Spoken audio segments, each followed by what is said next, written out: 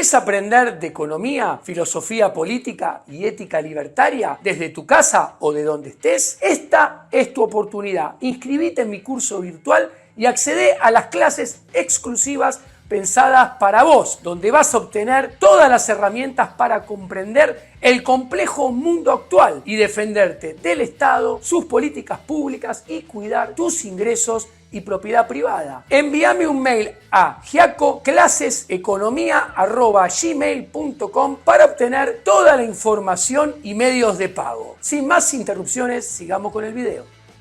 Fede, para tener, si no se le comentamos. Ahí está, mira. Dolarizar la economía a favor 27,5%, en contra el 63%, no sabe, no contesta el 9,5%. Está con nosotros Diego Giacomini, consultor económico, así que le agradecemos que y aparte, grandísimo que esté. Sí. Uno de los que inició esta idea allá hace tiempo con Javier Milei de la propuesta de, bueno, el camino va por este lado. Diego, bienvenido. ¿Qué tal? Buenas tardes. ¿Cómo andan ustedes? ¿Bien? Bien. Hablábamos de... Sí. No se rían de mi tonada muy porteña. No, para De todos nada. modos, la gente que nos ve, que es principalmente de todo el país, porque salimos hasta en Uruguay, y por redes de Estados Unidos, El Salvador, Ecuador, Paraguay, es impresionante. Sí, por redes, todo eso por redes. Ok, lo felicito. Diego, bien, ¿qué te pasa cuando escuchás que casi 6 de cada 10 le tiene miedo a la dolarización? Mira, a mí no me sorprende, porque no te olvides que la gente está adoctrinada en la religión del Estado, de sus apóstoles, los burócratas de carne y hueso, y de sus mandamientos, que son las políticas públicas. Entonces, desde chiquito nos mienten, nos meten la idea de que existe algo tal como la soberanía monetaria, ¿no? Cuando en realidad eso es un concepto inventado, no existe. La única soberanía realmente que existe es la soberanía del individuo sobre su propiedad privada primaria, que es su cuerpo, su energía, su intelecto, su fuerza de trabajo, y después la soberanía sobre su propiedad privada tangible, física, que son los bienes y servicios que vamos adquiriendo con nuestro trabajo. Pero mirá, Diego, que nos van a empezar sacando los pesos, después nos van a sacar las tonadas y ya vamos a empezar a ser ¿Vos te imaginás extranjeros? te hablan de soberanía monetaria con un sistema monetario encabezado por el Banco Central que utiliza un peso argentino con el cual lo único que hacen es, hace 80 años, trasladar mediante el impuesto inflacionario riqueza desde las micropymes, pymes, trabajadores, emprendedores del sector privado hacia los burócratas de carne y hueso, empezando desde un concejal hasta un presidente de la nación, todos enteros. O sea, es una maquinaria de robarle al sector privado y lo llaman soberanía monetaria. Diego, pero para en ese punto, porque uno de los que probablemente esté dentro del 60% que no quiere saber nada, son justamente las pymes que te dicen, che, bueno, si dolarizan, abren las importaciones y yo me fundo. Ya pasó en la década del 70, ya pasó en los 90. Bueno, pero ahí ya estamos mezclando los tantos. A ver. Vos me dices, se dolarizan, abren la economía, son más de una medida, ¿ok? Atenti. Entonces, igualmente, esto es muy interesante porque esa encuesta, más allá de que uno pueda estar de acuerdo o no, es la realidad. Y la realidad dice que la gente, al menos de esa encuesta, no está a favor. Y esto es muy interesante porque, y vos nombraste a Javier Milei, precandidato que va a terminar siendo candidato a presidente porque es el único de su espacio, que él propone esto. Y él, miren los resultados que obtienen en las provincias. Sí, venimos de eso justamente. Sí, venimos de ese... Él no va a tener gobernadores aliados, él no va a tener diputados, él no va a tener senadores. Entonces, la dolarización en este sistema de gobierno debería salir por ley del Congreso. Así como está, no va a pasar la ley del Congreso. Y es muy importante porque él mismo es consciente de esto y dice, si no pasa por el Congreso, llamo a un plebiscito vinculante que la gente la va a querer. Y esto simplemente ilustra lo mal que analiza y lo muy mal asesorado que está. Porque si no pasa por el Congreso, llama a un plebiscito y es hace años su principal caballito de batalla, cuando la gente le diga que no, se va a tener que ir. O sea, es un arma de doble filo, porque, a ver, si no lo apoyan los gobernadores, no lo apoyan los diputados, no lo apoyan los senadores, y además, según esta encuesta, perdería el plebiscito, o sea, él mismo se autoboicotea y se estaría vaciando de poder enseguida. Ahora, y para redondear este tema, y mi opinión yo creo que es válida porque yo no soy un apóstol antidolarización. No, para nada. Yo creo que no es la única alternativa, es una alternativa de las pocas que hay para estabilizar la economía. Ahora, Argentina no cumple actualmente con ninguna de las condiciones que debería cumplir para que una dolarización sea viable en el corto, mediano e inclusive larguito plazo. ¿Cuáles son esas condiciones, Diego? Son muchas, no quiero obligar simple, que lo entienda el que nos está mirando, por lo menos 3 claves. A ver, con un ejemplo lo voy a explicar. Si la convertibilidad, que es un paso previo a la dolarización, voló por los aires con un sector público que pesaba 25% del PBI y con una presión tributaria que era 21% del PBI, hoy esos números son, en lugar de 25 de gasto público, 43. En lugar de presión tributaria de 21, 37. ¿Qué quiero decir? Que tendrías que hacer un ajuste de reducción del Estado por lo menos de 15 puntos del PBI como condición previa a una dolarización.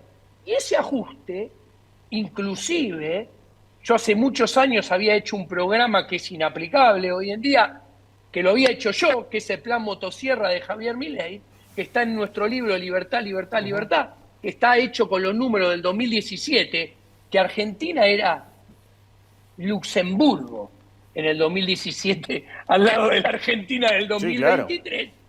Entonces, el plan Motosierra era muchísimo más cercano que hoy en día, la dolarización era muchísimo más cercana que hoy en día, y hoy está años luz ambas cosas a hacer. A ver, bajar el gasto público 15 puntos porcentuales del PBI implicaría un programa de como mínimo 4 años. De hecho, el mismo Javier habla de reformas estructurales de primera, segunda y tercera generación.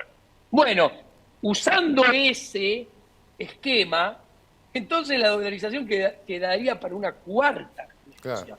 Para un segundo mandato, claro, tercero. Pero un tercero. Cuarto mandato. Un segundo mandato, pónganle. Claro, haciendo semejante ajuste, ya hasta la dolarización podría no hacerse, digamos. ¿Y entonces? Del Estado.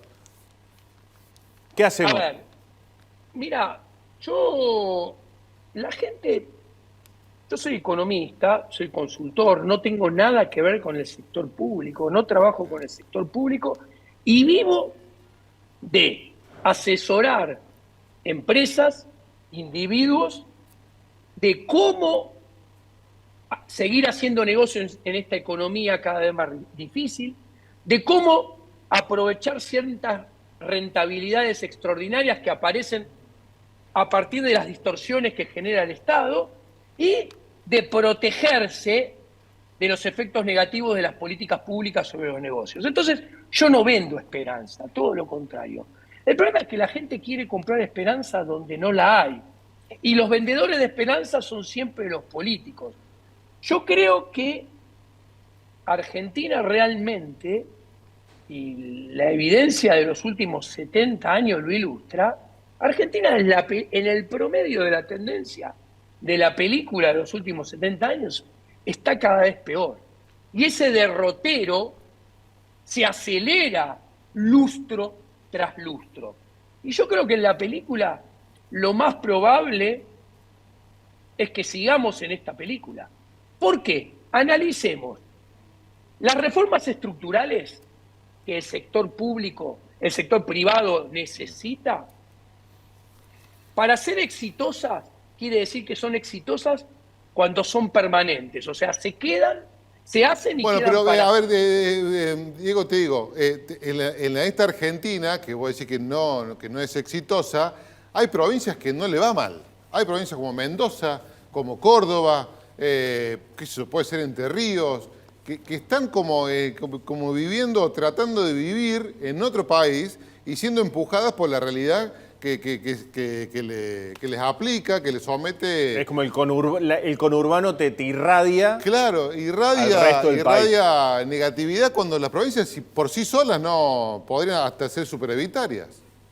Bueno, mira, la teoría liberal moderna, no Diego Giannini, la teoría liberal moderna, no la liberal del siglo XIX, que es la liberal clásica, demuestra que el Estado-Nación, más el constitucionalismo, más todo el sistema que tiene Argentina, ha entrado en estado de putrefacción, o sea, complicándole la vida al sector privado cada vez más, acá y en todo el mundo. Lo que pasa es que acá está más avanzada esa putrefacción y se nota más, y la teoría liberal moderna brinda como solución algo que no debería sorprender, que no es otra cosa que haya provincias que se separen del Estado-Nación porque vivirían mucho mejor por fuera del Estado-Nación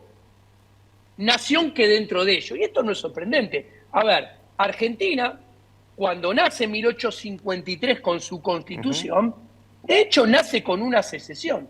La provincia de Buenos Aires, recuerden, por un lado, que fue otro país entre 1853 y 1860. Confederación Argentina por el otro. Exacto. Recuerden que Corrientes fue también un país aparte. A ver, los países, hay una lista enorme de países que se han transformado de forma o han desaparecido. Bien. Concretamente, en el régimen de coparticipación que hay en Argentina, hay 5 provincias que pierden por escándalo y 19 que ganan. Claro, Córdoba está entre las 5. Diego, lo tengo conectado a Luis ya, como a Luis Juez en la otra línea, así que terminamos con vos, pero quiero que sea introductorio tu paso. ¿No será el problema que tenemos es que muchas de las políticas que se están pensando y ideando para Argentina la arman desde el puerto y la arman mal para el interior, este estado de putrefacción que estás mencionando? A ver, el poder político, bajo este sistema de gobierno, se centraliza cada vez más. Sí. Y el poder económico se concentra cada vez más.